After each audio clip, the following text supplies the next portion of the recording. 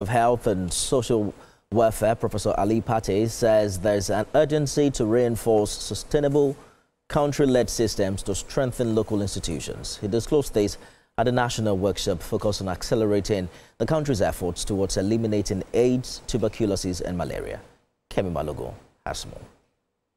For decades, AIDS, tuberculosis and malaria have posed serious threats to public health in Nigeria.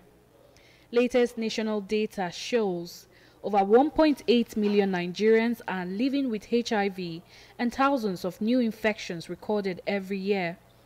It accounts for nearly 4% of the global TB burden, ranking among the top high-burden countries.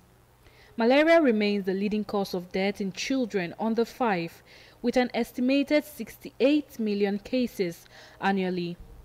In recent years, federal and state governments, alongside global health partners, have implemented aggressive response measures from free HIV testing and antiretroviral treatment programs to community-based TB screening and nationwide distribution of insecticide-treated nets. These interventions have saved millions of lives, but challenges remain. Our task is very complex, but it demands also at the same time very candid discussions between us.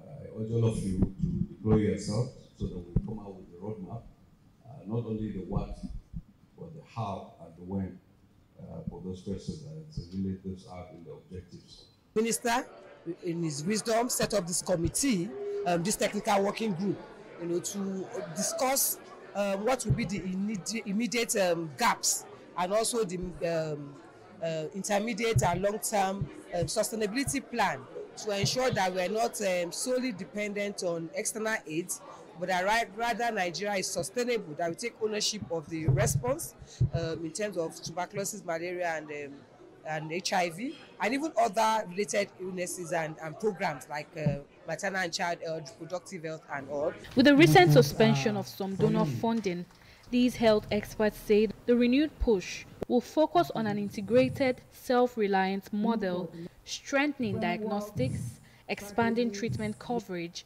and closing gaps that still leave vulnerable populations at risk.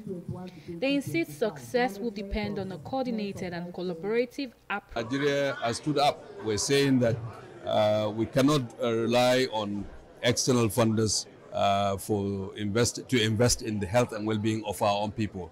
As we become a wealthier nation, we'll invest more of our resources to take care of our people. Nigeria's goal is clear: to meet global elimination targets for AIDS, TB and malaria, and in doing so, write a new chapter in the country's public health history.